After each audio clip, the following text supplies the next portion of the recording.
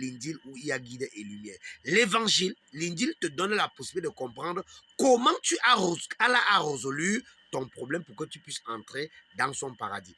Une fois que tu as compris cela, tu te trouves à la compréhension de comment entrer au paradis d'Allah.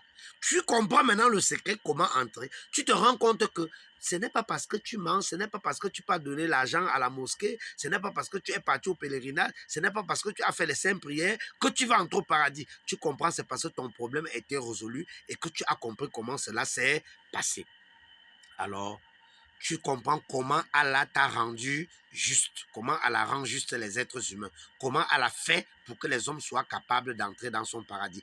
Une fois que tu as compris l'autre là, tu as compris Ésaïe 53 à son verset 4. Et l'Éternel a fait retomber sur lui l'iniquité de nous tous. Alors il a mis sur son agneau qui est Issa tous les péchés du monde. Dans la sourate 3,55. Oh, rappelle-toi quand Allah dit, oh Issa, je vais mettre fin à ta vie terrestre. Lui étant un agneau, mais un homme physique, mais sur le plan spirituel, il est agneau, il est mouton, comme on dit souvent. Alors, une fois tu as compris, et il est entré une fois pour toutes dans le lieu très saint, non avec le sang du bouc, ayant obtenu un pardon éternel. Tu as compris cela, mon frère. Tu comprends que sur terre, tu n'as plus de péché. Une fois que tu as compris que tu n'as plus de péché, mon frère, tu as traversé. Tu es de l'autre côté.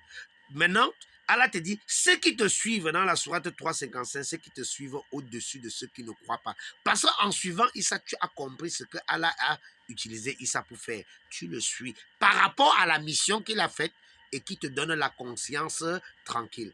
Alors, une fois, mon frère, aujourd'hui, tu comprends comment Allah est devenu ton père.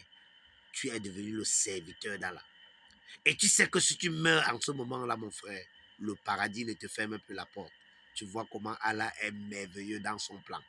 Il est très merveilleux. Voilà pourquoi Mohammed pouvait dire, il faut connaître le Allah que tu adores. Maintenant, tu peux aller faire la salade.